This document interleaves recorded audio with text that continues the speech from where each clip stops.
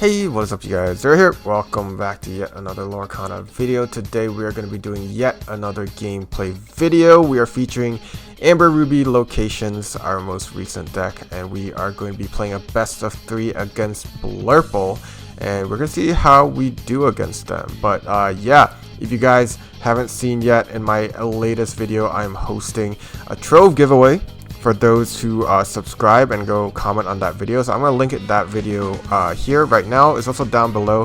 If you want a chance to win a Trove, definitely head over there. Just follow the rules, and yeah, we will be drawing it once I hit 1,000 subscribers. So yeah, be on the lookout for that.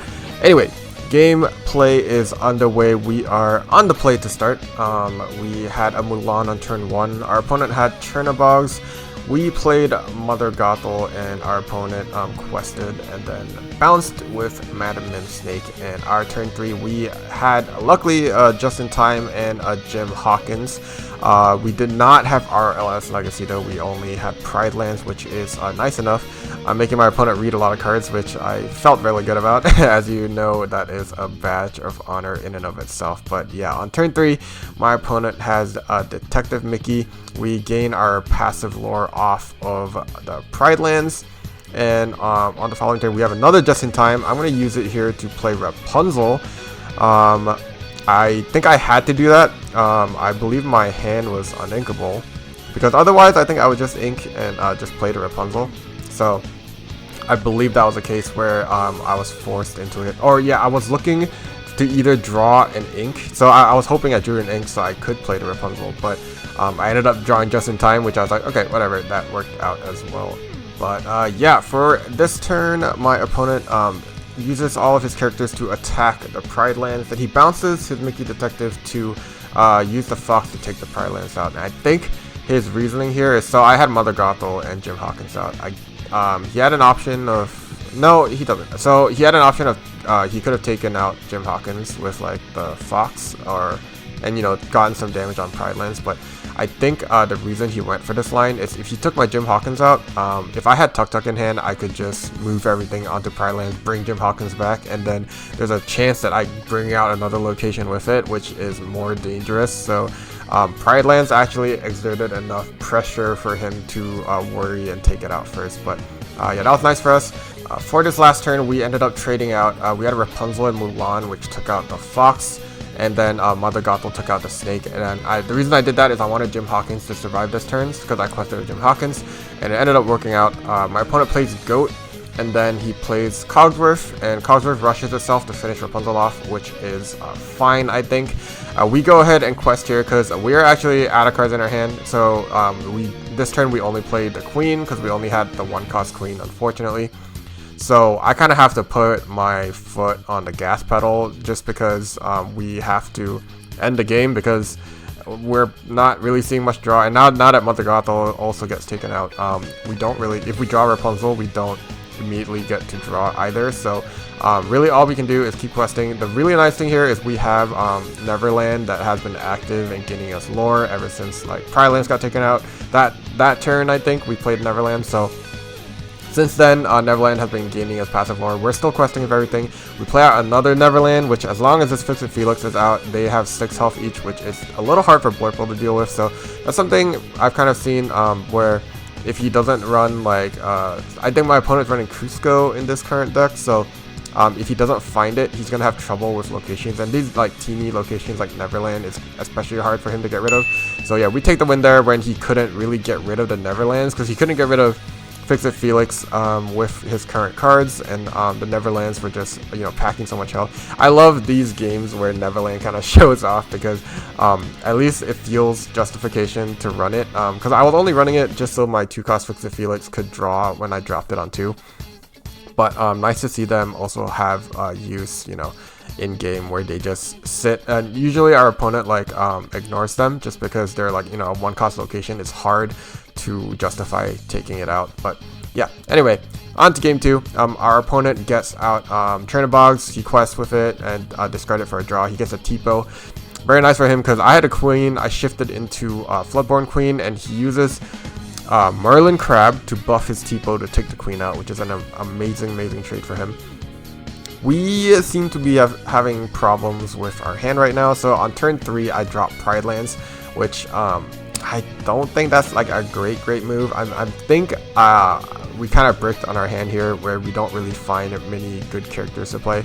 But yeah, at least we gained the lore here, as my opponent just plays a rabbit. On turn 4, yeah, you can see we kind of bricked, where we play RLS Legacy here, which is like, it's nice to put this pressure on, but it's really bad in this board where we don't have you know, board advantage here. And it's nice we're getting passive lore, but when my opponent is playing a bunch of characters and we don't have a means to interact with them, it's really bad. Not only that, my opponent has a crab out, which makes me feel even more uneasy, because at any time he can like you know, banish it or like bounce it, and something else gets +3, and our locations are a lot more vulnerable there.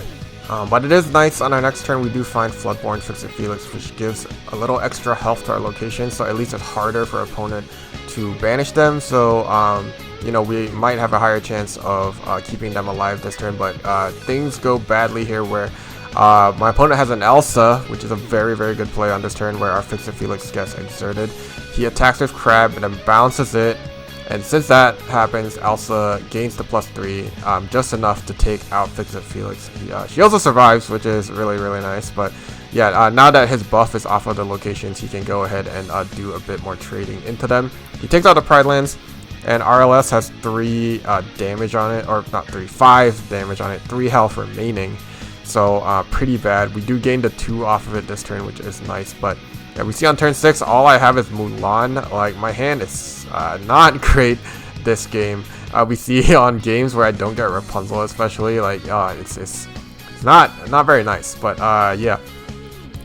My opponent's gonna go ahead, take out the RLS, and then he just goes ahead and quests. I think there's confusion in the way he was pointing there, but he actually just used the goat to take it out so that he could quest with the other 2. I know he was pointing, but he was trying to do math. We'll see some more math errors on his part during this game. It seems like locations kind of makes math a little hard. I think all my decks just seem to make math hard this set. But yeah, I top deck an RLS, which is not great. I guess it provides some protection for my Mulan, but I'm just gonna attack with her. I could just quest, you know, but I just want to take the Elsa out. I don't think that's even correct, but things already look pretty bad for me, because even if I quested there, I think like my opponent has a pretty good chance of taking the location out, and once the location's out, my Mulan is no longer evasive and again easier to take out. Yeah, because I knew my opponent had Crab in hand, so I already knew it was kind of fruitless to try and figure this out. Here I do the math for him to figure out how to do it, but he actually messes it up, so I correct him here and I say, oh no, you want to buff the snake so that the snake is 6 strength. Then with snake and rabbit you take out the location, and then goat will take out Mulan.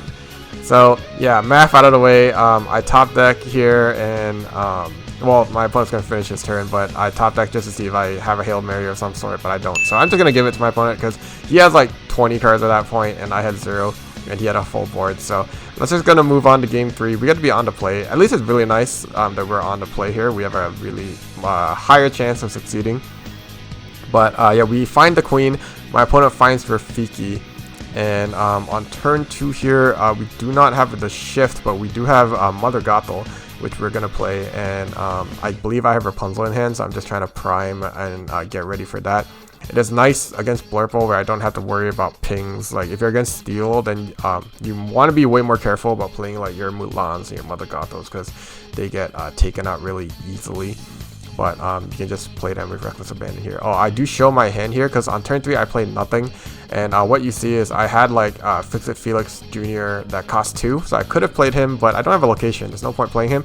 I also wanted to ink him this turn, just because I had Rapunzel in hand, I had Jim Hawkins in hand, and I think I had some kind of other uninkable or something. I didn't want to ink any of the other things, so I just go ahead and I didn't play on turn 3. I thought that was a better choice here.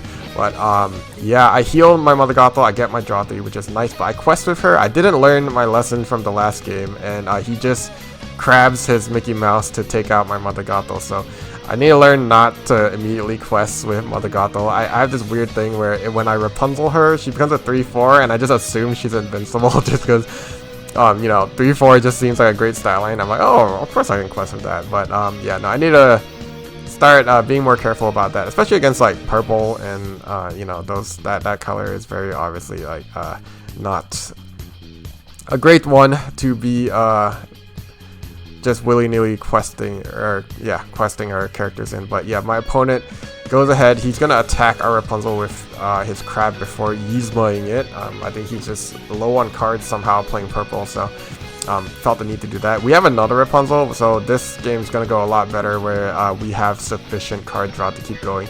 I heal Maui here, which I'm not sure if that was the right idea. Maybe I want to heal Rapunzel instead, so she's safer right now when I quest with her. But I thought, I don't know, like having 2 health left versus 5 health, like I guess the Yzma couldn't take her out here, so maybe I should have done that. I think I prioritized Maui just because I like the protection. But yeah, I played out 2 1-drops last turn too, just because, like, you know, I'm just gonna swarm the board. Why not? My opponent doesn't really have a good way to mass remove in Blurple, so I felt really safe doing that.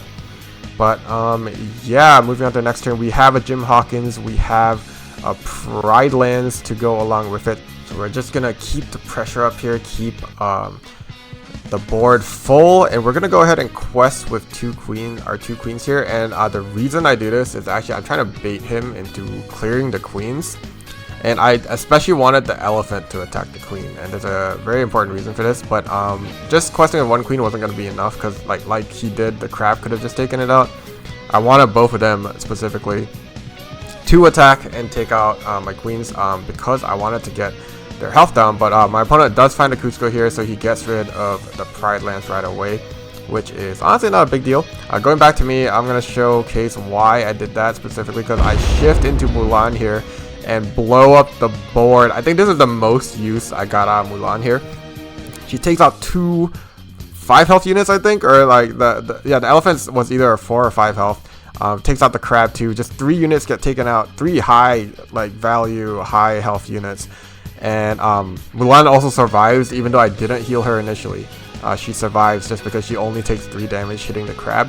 So that 6 health stat line going very well in our favor there. But yeah, my opponent goes ahead, he brings the fox out to trade after a bounce, and he gets the rabbit out as well. And we're just going to keep up the pressure. We only have a Neverland here, but again, Neverland going to do work for us on this, my opponent having an empty board.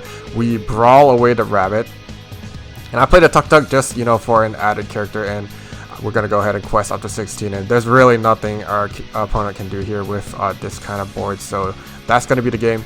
But yeah, thank you guys for watching. Hope you enjoyed the video. Definitely go sign up for the Trove giveaway. I'm just giving you guys a free Trove, so definitely take advantage of it while it lasts. Yeah, you know, just go check out that video that's linked below. But yeah, I'll catch you guys next time. Thanks for watching again, and I'll see you later. Ciao.